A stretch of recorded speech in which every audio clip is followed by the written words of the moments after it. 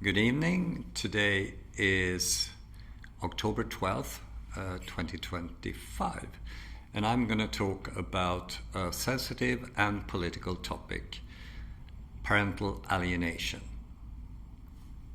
So, 2 days ago, a group of Marxist feminists published an op-ed in one of Sweden's largest tabloids, Aftonbladet, where they claim that parental alienation is a pseudo concept, it's pseudoscience, it's based on not real science, and they also claim that people should, or psychotherapists should interview children who have been isolated with their mother for a long time. And they also claim that parental alienation, or the argument is that it has no medical definition. So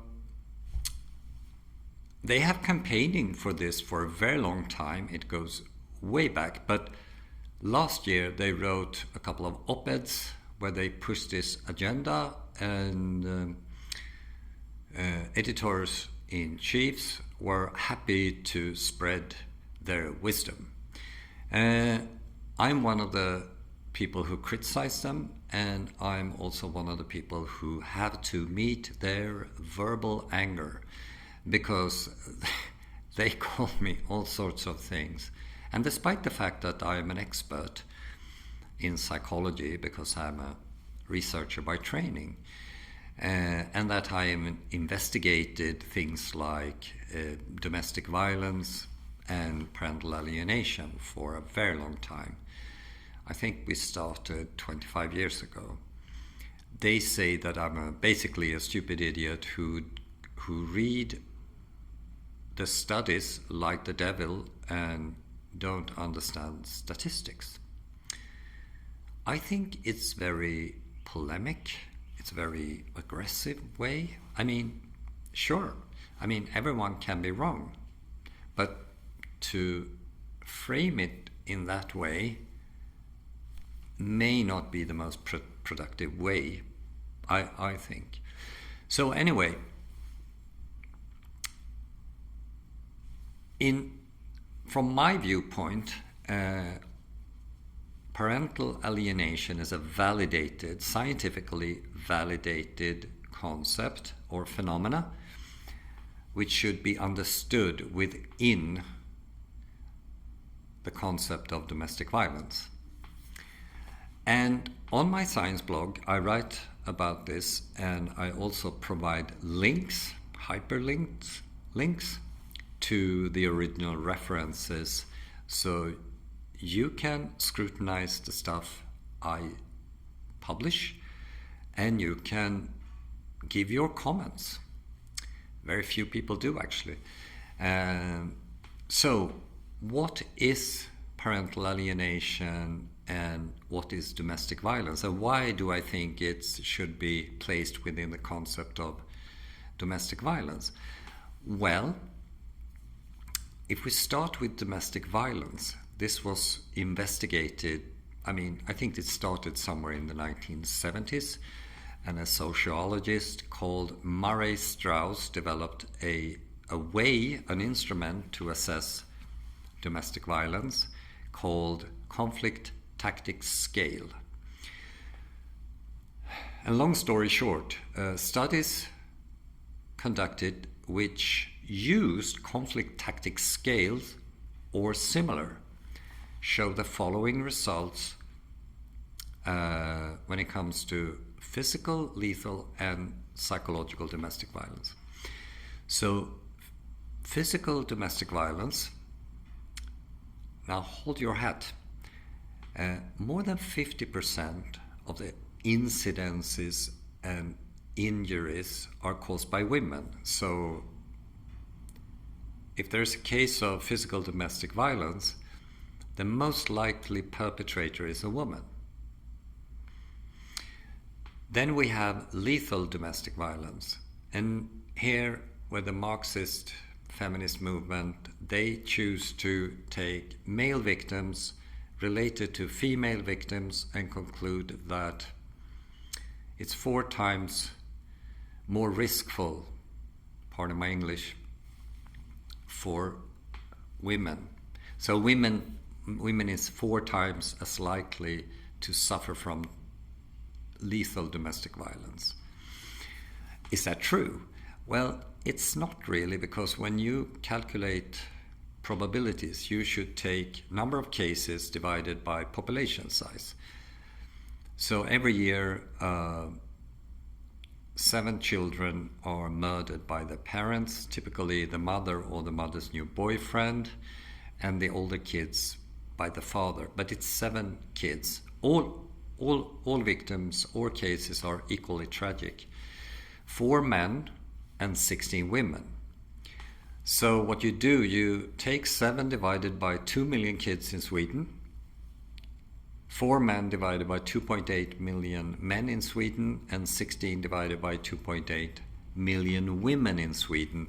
And what you get is a very, very small numbers, and which you can't tell apart. And the conclusion is that it's equally unlikely that a child, a man or woman, will suffer from lethal domestic violence. And also the explanation is different. It's typically drug abuse or mental health issues, or that you've been a victim of psychological domestic violence.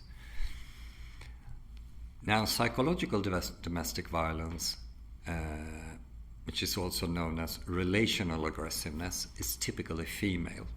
And I argue that in that category you place custodial conflicts, because custodial conflicts is basically 100% female. Women start custodial conflicts to get control over the kids, and also actually to get a welfare ticket from the state. Now, in order to sort of secure control of the kids, women, with help from people at the social services, isolate the kid for a long period of time. We have mapped numerous cases when this is happening, and what happens is that the women and the social service people never say anything positive about the father to the kids. And of course the child is longing for their father, but the women in the social service and some men, together with the mother, ignore that. And when talking about the father, they only speak in negative terms. And this is actually leading to alienation, of course, because they memory hack the child to ignore the father. And the psychological science demonstrate how easy it is to do that. And the social service, they basically do that over and over again. They have so many cases going on. So I wrote a piece about this where I put in a number of references which validate that parental alienation is a validated concept. And already in 2015, numerous researchers wrote about this, for example, in Psychology Today, and they mention two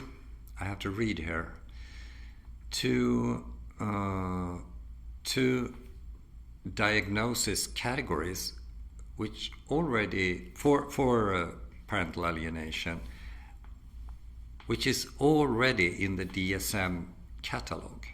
Okay, and the first one is called parent-child relational problem, and the second one is child affected by parental relationship distress. Now, all of that stuff is typically female, okay, because female are more neurotic, females are more aggressive in the home environment, and of course it's more likely that they have a negative impact on the child's mental health. Now here's the catch. Psychological studies also demonstrate that children who grow up with both parents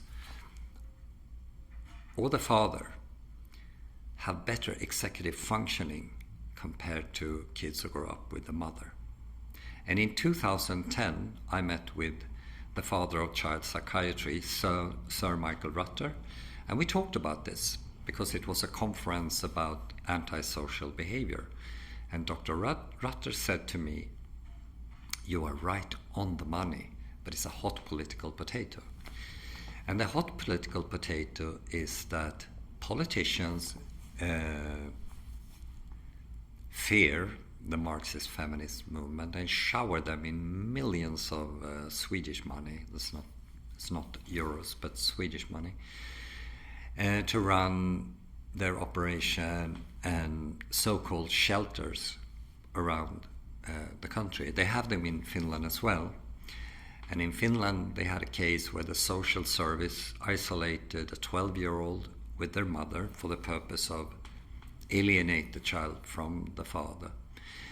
And the mother murdered the child. But the Marxist feminist movement, they never talk about this boy.